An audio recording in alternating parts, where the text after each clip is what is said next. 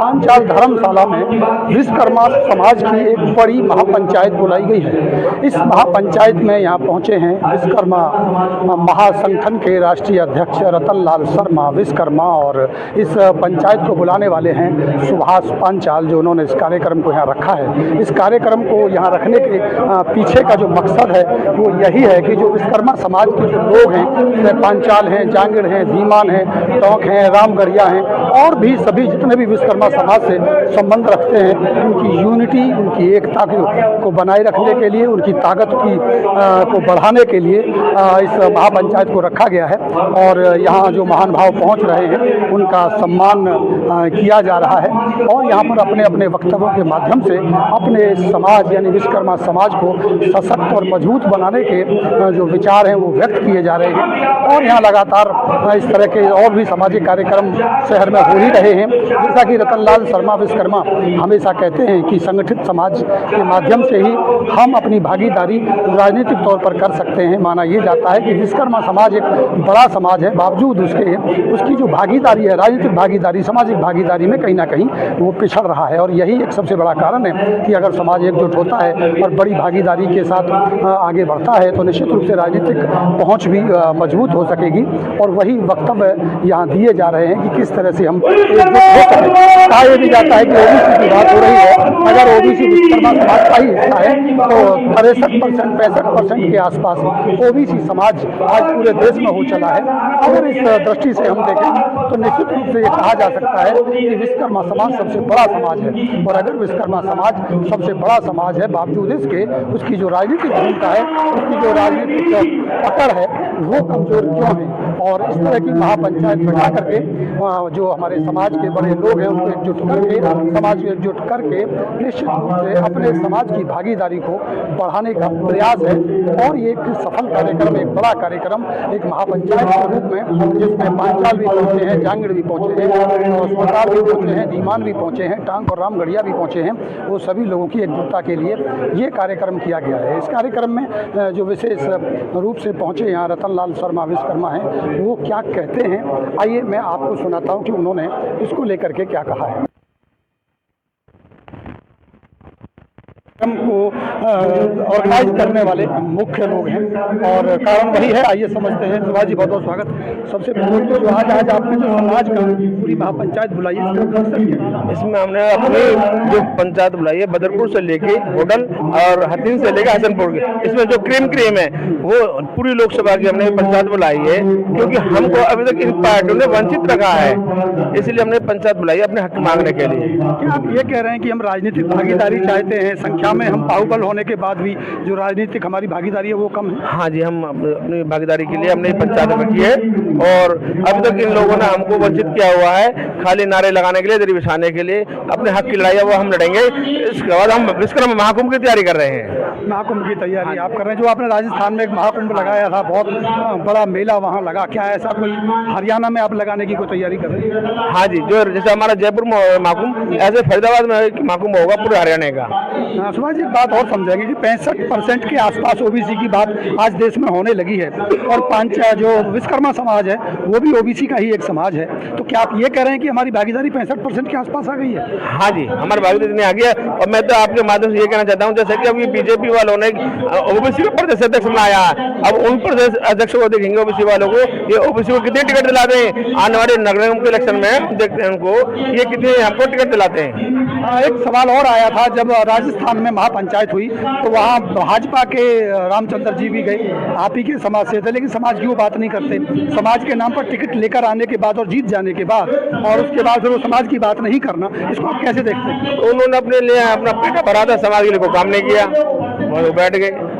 अब हमने जो पूरा समाज इकट्ठा कर गया, इसमें सभी समाज सब समाज सारा उसमें हमारा। सवाल ये भी आने लगा, इतना बड़ा समाज है, अगर प्रतिनिधित्व नहीं मिलता हम अपनी पार्टी बना के हम अपनी ही एक राजनीतिक पार्टी बनाए विश्वकर्मा की, ऐसा भी बात है। हाँ, अब हम आगे हमारे आदरणीय रतन लाल जी है, उन्होंने एक पार्टी गठन किया है, अगर यही नहीं देते हम अपनी नई पार्टी बना के उसमें अपने खुद खड़े होंगे इसमें। चलिए बहुत बहुत शुक्रिया। आइए रतन लाल जी की बात आपको सुनाते हैं।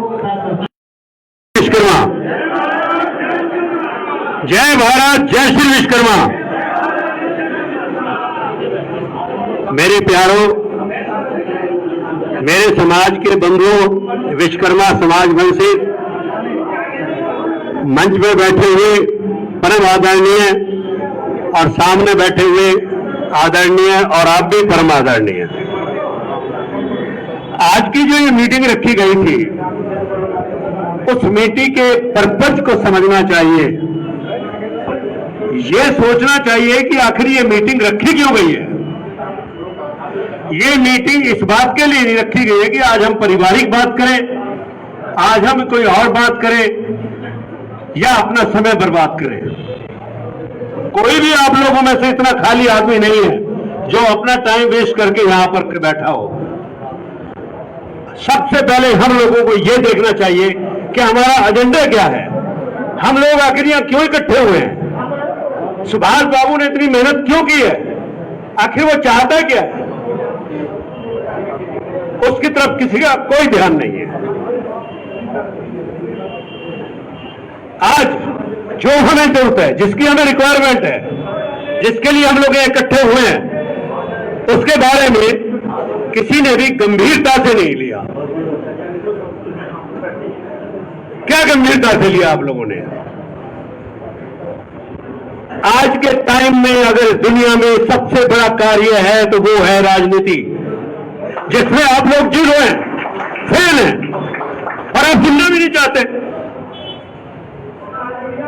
आज ये मीटिंग सिर्फ राजनीति के लिए रखी गई थी, पर्पज ही राजनीति का होना चाहिए था, बात ही राजनीति की होनी चाहिए थी। ये तो डेली मीटिंग होती है, जांगड़ी भी करते हैं, पांचाल भी करते हैं, दीमान भी करते हैं। ये मीटिंगें कर करके तो हमारी जिंदगी गुजर गई। 76 साल का मैं हो गया और ये जितने बुजुर्ग या भाई बैठे हैं, क्या कर लिया तुमने? सोचो, हम फेल कहां पर हैं? हमारा फेल हमारा सोच है। हम अपनी सोच को ही नहीं बदल पा रहे। मीटिंगों को तुम लोगों ने खेल बनाया हुआ है। मीटिंग किसी पर्पज होता है, जिस पर्पज के लिए मीटिंग रखी जाती है आदमी को शांति से सुनना चाहिए। जो आपको कुछ सुना रहे हैं वो वैसे ही यहाँ के गाने गा रहे हो चले जाएंगे। उनके विचार सुनिए, वो कहना क्या चाहते हैं, क्या आप उस चीज को मानते हैं, क्या उसे आप करना चाहते हैं। आपने ये सोचा कि हम राजनीति में फेल क्यों हैं? बताइए, एक भी आदमी किसी ने ये पूछा कि जी आप सारी बात को छोड़ के ये बताइए कि आखिर हम राजनीति में फेल क्यों हैं? राजनीति फेल इसलिए हमारे पास संगठन नहीं है, हम संगठित नहीं है। तो संगठन बनाने के लिए, संगठित होने के लिए बैठे हैं ना, उसको सुनना चाहिए ना, समझे? समझना भी चाहिए, समझना भी चाहिए। अब आ जाती है बात ये इस टाइम जो मीटिंग रखी गई है संपूर्ण विश्वकर्मा समाज की है और ये मीटिंग मोजिज लोगों की है जो कि पलवल से लेकर और बदरपुर से लेकर होडल तक सारे यहां पर बंधु पहुंचे हैं, जो हमारे बुजुर्ग हैं, भाई हैं। लेकिन फिर भी ये मीटिंग आती है। इस समाज में सबसे बड़ी कमी क्या है कि ये सोचते हैं कि पुरुष चले गए तो हम उनकी जीत गए, पुरुष इकट्ठे हो गए तो सारी पंचायत ही पूरी हो गई। महिला वर्ग को आप लोग पूछते नहीं है। अरे आज गवर्नमेंट 33% उनको अधिकार दिए बैठी है। आप यहां पर बैठे हुए 200, 400, 500 आदमी अगर महिलाएं आती तो 700 और 800 हजार तो होते। सोच नहीं है, वही सन 57 की सोच है। आपने सोचा जयपुर में इतना बड़ा प्रोग्राम, इतना विशाल जनसंख्या, ट्रैफिक जाम, बसें जा नहीं सकती थी, धूप में मरपरेशान, 20,000 महिलाओं ने वो कलश यात्रा निकाली। और यहां एक भी महिला नहीं है। क्या महिलाएं राजनीति कर सकती? अरे बुजुर्गों को छोड़ो, आजकल की तो लड़कियां सबसे आगे जा रही हैं, उनको भी तो अधिकार है। इतनी बड़ी रैली करने के बाद हम फेल हैं, क्यों? सोचा आप लोगों ने? गालियां दे रहे हैं हम पार्टियों को, बड़े से बड़ी पार्टी, 2 पार्टियां, एक कांग्रेस एक वो भाजपा, किसी ने नहीं पूछा जी आपको क्या चाहिए, क्यों पूछेंगे, हैं कौन आप, क्या है आपके पास? रैलियां करने से क्या मिल रहा है? हाथ उठाइए, कितने नेता हैं आप में, उठाइए आप। राजनीतिक नेता कितने हैं आप में, हाथ उठाइए। अरे भाई उठाइए ना, 400-500 आदमी बैठे हैं, आप हाथ उठाइए कि राजनीतिक आदमी कौन है आप में, उठाइए। 1 2 3 4 5, 500 में 5। कितनी सड़कों पे घूमे आप, कितनी गलियों में गए, लोगों से मिले हैं, कितने एफर्ट्स किए आपने समाज के अपने को उठाने के लिए, कौन कौन सी गलियों में घूमे हैं, किसने बोला है कि मैं इलेक्शन लड़ूंगा? हम नेता पैदा नहीं कर पा रहे हैं। हमारा राजनीति में फेल होने का कारण ये समाज नहीं है। इस समाज के अंदर दज्ञानुसी विचार है कि अगर लड़का नेता बन गया तो बदमाश हो जाएगा।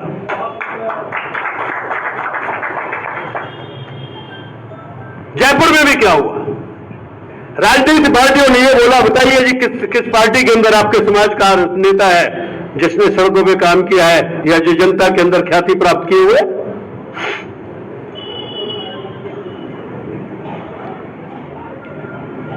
पूछना अधिकार है। मैं एक पार्टी चला रहा हूं, मैं किसी को टिकट दूंगा तो मेरा पूछने का अधिकार है। भाई आप बताइए, आप में कौन सा ऐसा नेता है जिसने भाजपा में या कांग्रेस में डोर टू डोर जाके लोगों के साथ लगे हो, जमीनी स्तर पर काम किया हो, जूते तोड़े हो, चप्पलें तोड़े हो, परिवार को छोड़ा हो? कोई नहीं। बेसिक बात को समझने की कोशिश करें। और बेसिक बात क्या है कि नेता पैदा करें। जब आप नेता पैदा कर लोगे, नेता तुम्हारे गलियों में घूमने लगेंगे, तो जनता अपने आप इकट्ठी हो जाएगी। वोटर हैं हम लोग, नेता नहीं बने पाएंगे।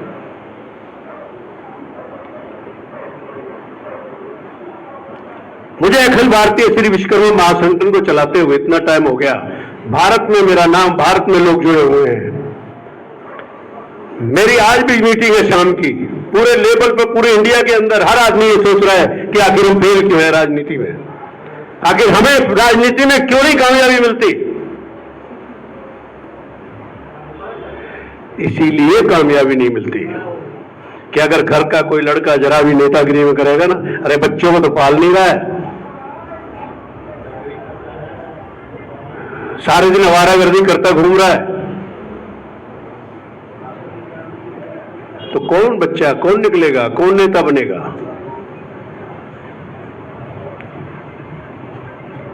गुर्जर परिवार में, जाट परिवार में, अहीर परिवार में नेता पे नेता खड़े हुए हैं। अगर यहां पर 47 सीटें पार्षद की हैं तो 30 गुर्जरों को टिकट मिलती है। मैं सिर्फ इतना ही कहना चाहूंगा, संगठित तो होइए। संगठित होने के साथ साथ हमको ये विचार भी करना चाहिए कि हम राजनीति में कैसे प्रवेश करें। अरे मुझे एक बात बताइए, जाट कितने % है हरियाणा में? कितने % है, बताएगा कोई मुझे? है कितना है जाट?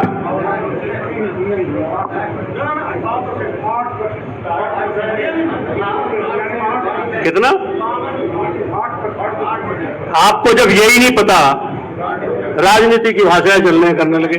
27% है, 27% जाट, और 3 पार्टियां हैं जाटों की हरियाणा में, और जो सरकार बनती है जाट जरूर उसमें होता है। हिसाब से 18.3% है जाट हरियाणा। मैं ठीक कह रहा हूँ? 18.29 लगा दो। 18.3% है, 18.3%। ये हाई कोर्ट के आंकड़े हैं, 18.3%। आप मुझे बंद मत करो, ये बातें समझाने की हैं। मैं बंद नहीं कर रहा, मैं कह रहा हूँ सही है, मैं बंद नहीं कर रहा। ये नहीं सोचते 18, 29, 30% की संख्या बल वाली समाज हरियाणा में जब भी सरकार बनती है उनका प्रतिनिधित्व जरूर होता है, उनके बगैर सरकार नहीं बनती। और आप 33% हैं BCA में, OBC को छोड़ दो आप, OBC को अगर मिलाएं और उसको मिलाएं तो 63% हम लोग बैठते हैं। अभी मैंने एक प्रेस कॉन्फ्रेंस की थी जब क्या नाम है, बिहार के अंदर जो नीतीश कुमार ने एक बहुत बड़ा बम फोड़ा था, तब मैंने ये की थी, और कोई ध्यान नहीं देता इन चीजों पे। 33% तो हम BCA के लोग हैं जो हम लोग बैठे हैं। भीख क्यों मांग रहे हो तुम? अरे 27% के लोगों ने 3-3 पार्टियां बनाई हुई है, 33% के लोग भीख मांग रहे हैं। वो पार्टी हमें नहीं पूछ रही जी, वो पार्टी हमें नहीं पूछ रही जी, वो पार्टी हमें नहीं पूछ रही जी। तो हिम्मत करो ना, सुभाष बाबू के बैनर के तले खड़े हो जाओ और एक राजनीतिक पार्टी खड़ी करो। हटाओ इन सारे जितने भी तुम्हारे ये जितने भी संगठन बने हुए हैं। सबसे पहले मैं संगठन खत्म कर रहा हूं, करो पूरे भारत के अंदर से संगठन खत्म, राजनीतिक पार्टी बनाओ। क्या जरूरत है तुम्हें टिकट मांगने की, भीख मांगने की? तुम वो भिखारी बनो जो चौक पे खड़ा भीख मांगता है, वो नहीं। जो दरवाजों पे जाके भीख मांगता है, वो नहीं। वो भिखारी बनो जिसको लोग भीख देने उसके घर जाते हैं। बात कड़वी है, मुझे गुस्सा किस बात पे आता है? मेरे को आज 10 साल हो गए इस मुहिम को चलाते हुए। जुड़ते हैं हटते हैं, जुड़ते हैं हटते हैं। क्या है? आपसे मिलेंगे तो जी कांग्रेस वाले नाराज हो रहे हैं, उनकी दरिया बिछाने के लिए तैयार हैं। आपसे मिलेंगे तो भाजपा वाले नाराज हो रहे हैं, उनकी दरिया बिछाने के लिए तैयार हैं। भाई सुभाष जैसे आदमी जिन्होंने रात दिन एक करके इतना, मैं तो इस आदमी को कहूं कमाल है इसका, इतना अब भी कुछ नहीं है ये, जितनी मेहनत की है इसने। बनाओ ना एक राजनीतिक पार्टी। सबसे पहले मैं चलता हूं आपके साथ। जैसे लोग कहते हैं, हम कहते हैं वो टिकट नहीं दे रहा, लोग ये कहा करेंगे भाई सुभाष की पार्टी टिकट नहीं दे रही है। मैं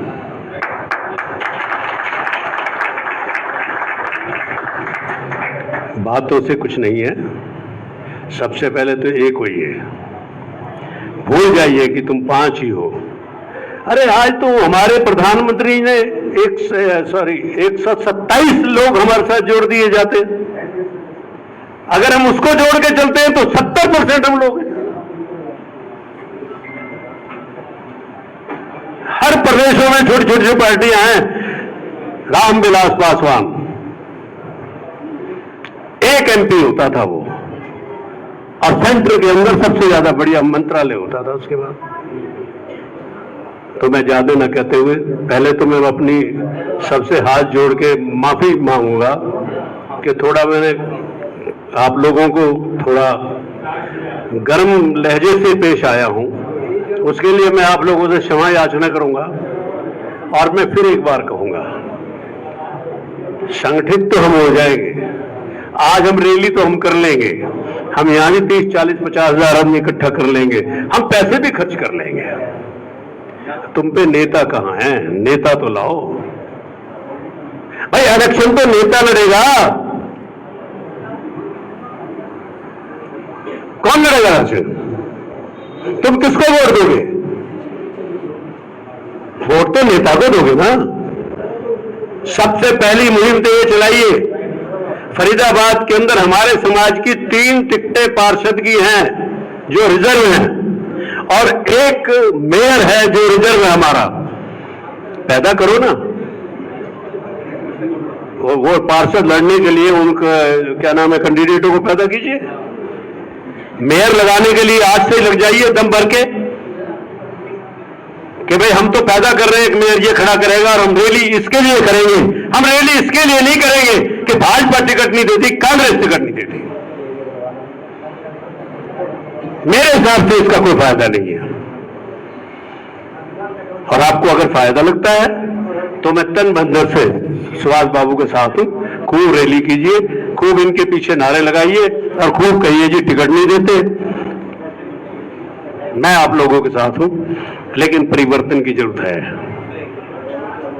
अगर परिवर्तन नहीं है तो कोई फायदा नहीं है। प्यार से बोलिए, जय भारत, जय श्री विश्वकर्मा। जय भारत, जय श्री विश्वकर्मा।